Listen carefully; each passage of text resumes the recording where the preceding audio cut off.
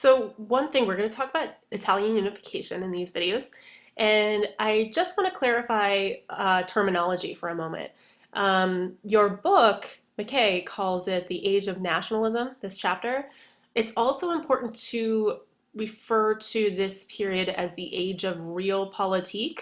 We'll talk about this later on in this video, but just realize that these two terms are interchangeable to describe this period, just in case it comes up in a question. I definitely want you to feel like oh, this is realpolitik, not just the age of nationalism, okay? And this concerns a lot of unification movements, and again, a lot of those are inspired by nationalism, hence the title.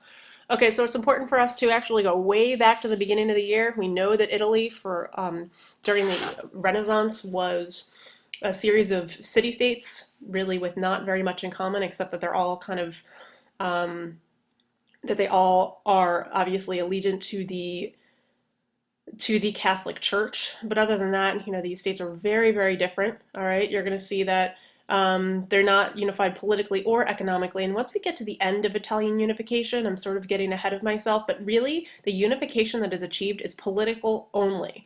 Okay, cultural unification really doesn't come along with this period of unification. Also, economic unification. What we're going to see is it's really the northern areas of Italy that industrialize, that kind of catch up with the rest of the West, and the South remains predominantly agricultural. So the political unification is really all that's achieved. So just to give us a sense of the regions that we're talking about, kind of the center of Italian unification that you should be very familiar with are these two areas here, Sardinia and Piedmont.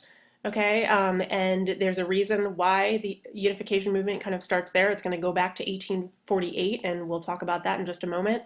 Also, Lombardy and Venetia are not part of Italy at this point. They are part of Austria. Austria gained them right after the Napoleonic Wars during the Congress of Vienna.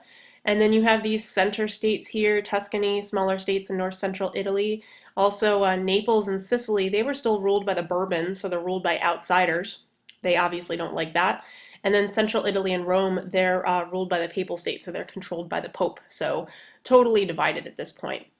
And as you can see here, there are a number of different sort of movements for unification. No one really agrees, or it's not that no one really agrees, but there's a series of different schools of thought as to how Italy can unify.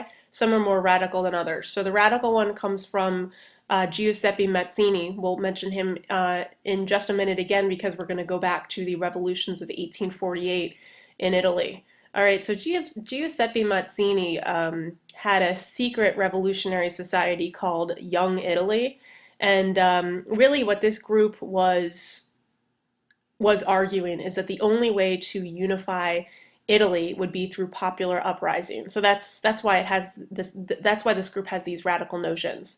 Very nationalistic, but at the same time very romantic. It may not really be practical to have a series of violent revolutions in order to unify your state. There might be a lot of pushback. Also, of course, just like we saw in France, there might be a lot of countries abroad that look at what would be going on in Italy and be really scared and maybe respond militarily. Then you have a movement from the church, and that's run by Vincenzo Gioberti. He's a Catholic priest, and he actually wants to unify Italy by having the Pope rule it. So basically, like, he wants Italy to be joined as a federation. He wants the borders, the states to be the same, but kind of just unified under leadership. And of course, since he's a Catholic priest, he wants the Pope to be in charge. Then you also see this movement to unify Italy and have the political center be Sardinia and Piedmont, which we were already talking about. And this actually tends to be the most popular option. Part of this is left over from the revolutions of 1848 because this was the only region that actually achieved and maintained a constitution in 1848.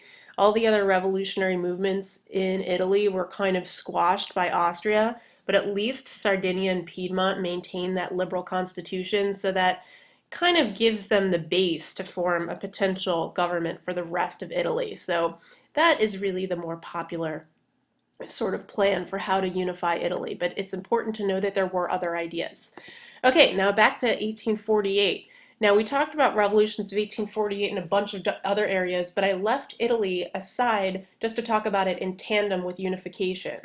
And in the typical 1848 pattern, the revolutions in Italy also failed.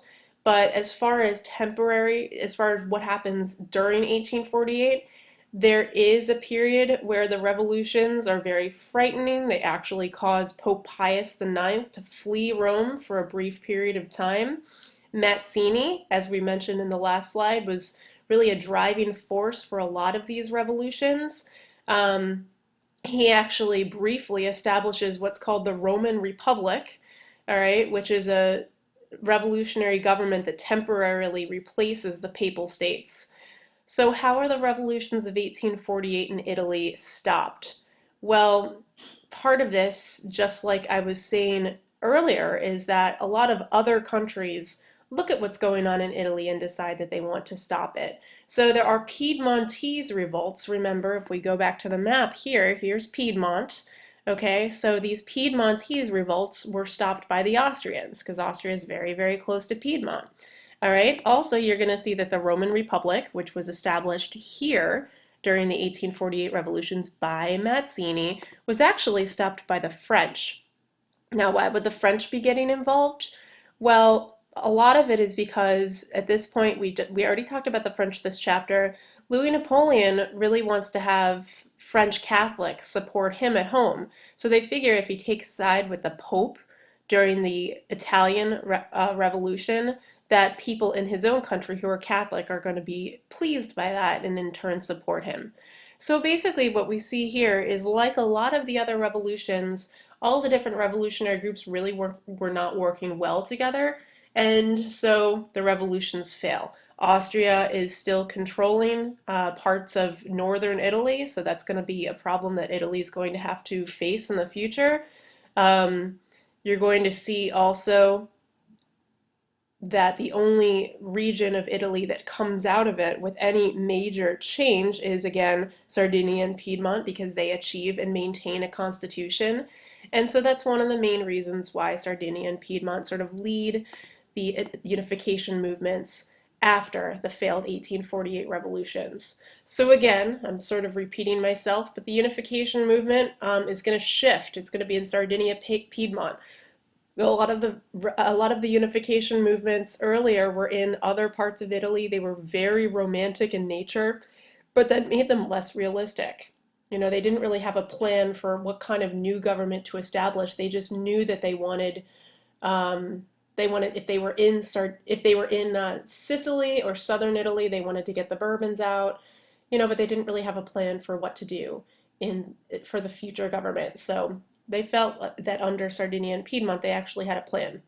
So we're going to see three new leaders emerge in the unification movement because as time goes on, of course, the older leaders are going to die off.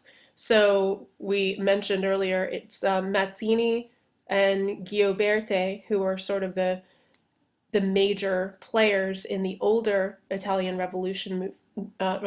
unification movement. Now you're going to see three new leaders emerge: King Victor Emmanuel, Giuseppe Garibaldi, which is kind of the new version of Mazzini in a way, and Count Cavour, who was Emmanuel's prime minister. Very, very significant. And this is where the term realpolitik comes into play. I mentioned this in the very beginning of this video. So what we're going to see, one of the reasons why Italian unification is going to be more successful the second time around is that they're using this strategy called realpolitik. So in other words, realpolitik is a political strategy that involves pragmatism rather than sort of an idealistic strategy, or rather than kind of a romantic strategy. Many revolutions were very nationalistic and romantic in nature, but what we're going to see under Emmanuel and Cavour is realpolitik, right? They realize that they're going to have to take much more practical approaches to unification. They're going to have to try to prevent these sort of violent romantic revolutions. You're going to see how Cavour does that in particular. It's seen as a more Machiavellian political strategy. And again, remember that Machiavelli isn't necessarily cruel. He's just trying to incorporate political strategies that are effective. and it's very, very different from Romanticism. So moving on to Cavour specifically, he's very, very important to be familiar with. One of the reasons why there's so much stuff written here. Again, just like I said earlier, he's much less radical than people like Mazzini were previously. Um, he is the prime minister under King Victor Emmanuel. He's actually from a pretty noble background, which gives us a sense of why his political views evolve the way they do. He's a nationalist, but he's seen as a moderate nationalist, right? So he wants Italy to unify, obviously, but he doesn't want it to do so under very violent revolutionary means. And when he sets up a government, he's probably going to take a relatively moderate approach to it, all right? And we'll see how he does that in just a moment. So yeah, he's going to kind of replace some of the earlier, more radical unification movements like Mazzini's Young Italy movement. He does not romanticize United Italy, so instead he carries out realpolitik. He wants Sardinia to be the base, the center of a new unified Italy. So we're going to see how under his leadership, he's going to kind of guide Sardinia and Piedmont into a liberal. Remember the difference between 19th century and modern liberalism, though. So liberal meaning something that kind of caters more towards the middle class and an economically viable state, all right? So this is really something that the northern areas of Italy can do much more easily because they're starting to industrialize and become more modern. All right, so when he first starts to shape the government of Sardinia and Piedmont, the constitution he designs is very much inspired by what France develops in 1830. It does establish some civil liberties. It sets up a parliamentary government with elections, and also Parliament is going to control taxes. He's going to reform the judiciary system, and even more, I would say, important in the long run is how he's trying to catch Italy up industrially with the rest of Europe. So he's going to do things like what Napoleon had George Haussmann do, building up infrastructure, roads, canals, ports, developing railroads throughout Italy. He feels that a stronger economy is going to rally the support of the rest of North Italy.